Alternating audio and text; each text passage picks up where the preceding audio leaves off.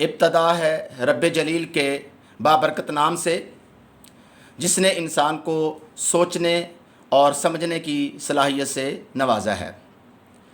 इस video lecture के देखने वाले, सुनने वाले तमाम को मेरी तरफ़ से अस्सलामु अलैकुम। आज पीपीएससी लेक्चरशिप 2020 तहरीरी इम्तिहान की कैसे और कहां से तैयारी की जाए, लेक्चर नंबर 2 के साथ मैं हाज़िर हूं। अब इसमें मैंने आप लोगों से चंद बातें शेयर करनी हैं कि चूँकि बहुत जल्द ही इनका इश्तिहार आने वाला है और बच्चों ने यूट्यूब चैनल पर मुझसे काफ़ी सारे सवालात किए कि सर हमें बताएं कि हम इस तहरीरी इम्तिहान की तैयारी कहाँ से करें, कैसे करें, क्या मटेरियल जो है वो हम लें ताकि हमारी अच्छी तैयारी हो जाए और हम तसल्ली से इस इम्तिहान को पास कर सकें। तो मैंने उनकी रहनुमाई के लिए जो सिलेबस है उसके हवाले से चंद बातें जो हैं वो शेयर करने जा रहा हूँ। इसमें जहन में रखिए, जो तहरीरी इम्तिहान है बेसिकली वो 100 नंबर पे मुश्तमिल होता है और उसमें 2 तरह की हिस्से होते हैं। एक होता है सब्जेक्ट, यानी सब्जेक्ट मैटर से कितना होगा, और दूसरा होता है अदर दैन सब्जेक्ट। तो याद रखिए, चूँकि मैं मैथमेटिक्स के हवाले से बयान कर रहा हूँ, तो मैथमेटिक्स जो है उसमें मैथ का पोर्शन 80% होता है। अब 80% में क्या कुछ होगा और क्या कुछ आपने तैयार करना है, उसकी डिटेल जो है कुछ इस तरह है। देखिए, नंबर 1 पे एनालिसिस है। देखिए, एनालिसिस में क्या क्या चीज़ें आ जाती हैं, रियल है, कम्प्लेक्स है, न्यूमेरिकल है। अब न्यूमेरिकल की वेटेज इतनी ज़्यादा नहीं है, लेकिन रियल की और कम्प्लेक्स की बहुत ज़्यादा है। और अब आप जो है रियल और कम्प्लेक्स में किस लेवल पे तैयारी कर सकते हैं। देखें, इसमें एफएससी लेवल पे कुछ बातें हैं, कुछ बातें बीएससी लेवल पे हैं और कुछ बातें एमएससी और बीएस लेवल पे हैं। अब मैं चंद बातें एनालिसिस के हवाले से आपको बता देता हूं कि एनालिसिस में क्या कुछ हो सकता है।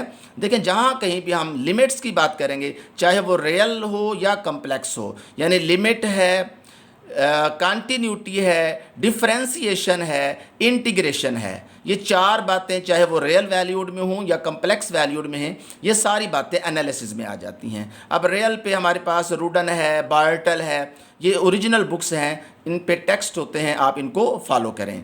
उसके बाद नंबर 2 पे है ग्रुप थ्योरी। ग्रुप थ्योरी में कुछ बातें बेसिक लेवल पे होती हैं जिसको हम एफएससी लेवल कहते हैं, कुछ बातें बीएससी लेवल पे होती हैं और ज़्यादातर जो वेटेज है वो ग्रुप थ्योरी में जो सवाल लिए जाते हैं वो एमएससी या बीएस लेवल पे हैं। और ग्रुप थ्योरी में हमारे पास बहुत सारी मशहूर किताबें हैं।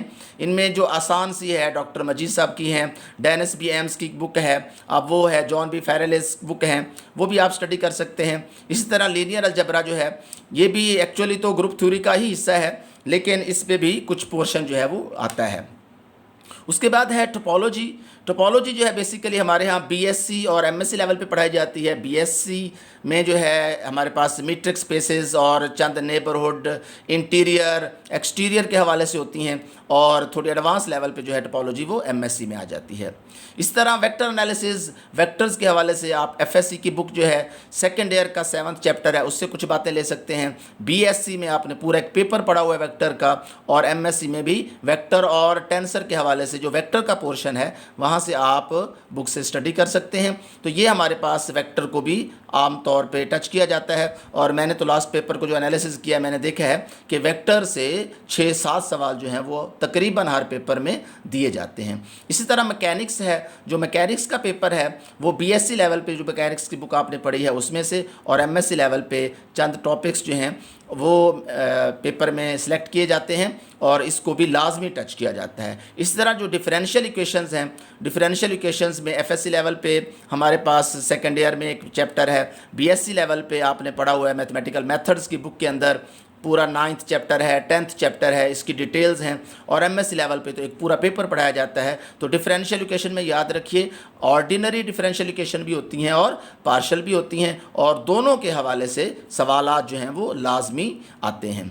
अब इन जो पेपर्स की डिटेल मैंने बताई है, इनमें हर टॉपिक के अंदर क्या क्या चीज़ें पढ़नी चाहिए और वो कहाँ से और कैसे स्टडी करनी चाहिए, इसके फ़ौरन ही बाद लेक्चर नंबर 3 जो है उसमें मैं हर पेपर के हवाले से कुछ डिटेल आप लोगों से शेयर करूंगा कि आपने इन टॉपिक्स जैसे टोपोलॉजी है या वेक्टर है तो कौन से टॉपिक्स को आपने इन पेपर्स के अंदर सिलेक्ट करना है और कौन सो की अहमियत जो है वो ज़्यादा है और किसकी वेटेज जो है वो कम है। तो ये हमारे पास सब्जेक्ट के हवाले से ये पेपर्स जो हैं हमने तैयार करने हैं।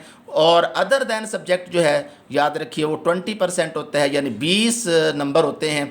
अब उसमें तकरीबन जो है 7, 8 या 9 तरह की कैटेगरीज बनाई गई हैं।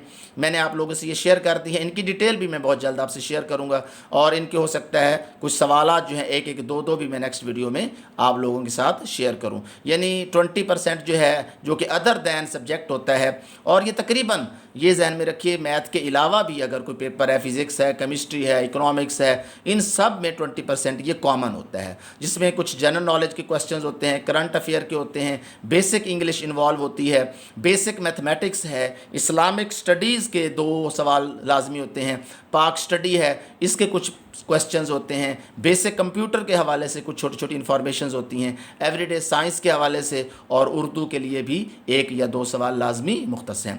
तो यानी ये हमारे पास 9 या 10 पोर्शन बनते हैं और तकरीबन हर पोर्शन से 2-2 सवाल जो हैं वो लाजमी लिए जाते हैं। तो इस तरह जो है ये बेसिक लेवल का सारा नॉलेज होता है। बाज़ औक़ात हम इसको जनरल या क्वान्टिटेटिव एबिलिटी का नाम भी दे देते हैं।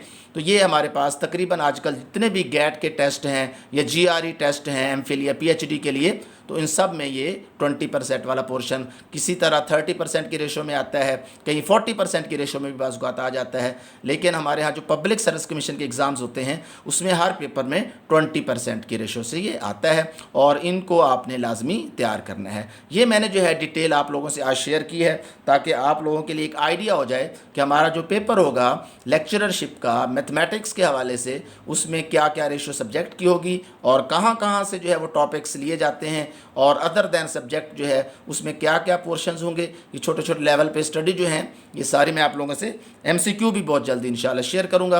अब आप लोगों ने इश्तिहार जो है इसके बारे में भी लोगों ने सवाल किया है कि आप इश्तिहार जो है हमें बताएं कब तक आएगा, तो ज़्यादा चांसेस हैं कि इस संडे या नेक्स्ट संडे तक जो है वो इश्तिहार आ जाएगा। और हम जो है कुछ बातें जो हैं वो अपने चैनल पर ही मैं आप लोगों से शेयर करूंगा और हो सकता है बहुत जल्द ही हम किसी एकेडमी, चूँकि हम इंतज़ार कर रहे हैं गवर्नमेंट की तरफ से, बहुत जल्द ही हालात जो हैं वो बेहतर होने वाले हैं और हम बाकायदा जो है इसकी तैयारी के लिए क्लासेस जो हैं उनका आगाज़ करने वाले हैं और कुछ ना कुछ बातें जो हैं वो आपको ऑनलाइन भी मैं शेयर करता रहूँगा। आपने अपनी तैयारी का आगाज़ कर देना है और तैयारी के साथ साथ ही आप लोगों की बेस्ट ऑफ लक, आप मेहनत करें और take care of your selves. Allah हाफिज़।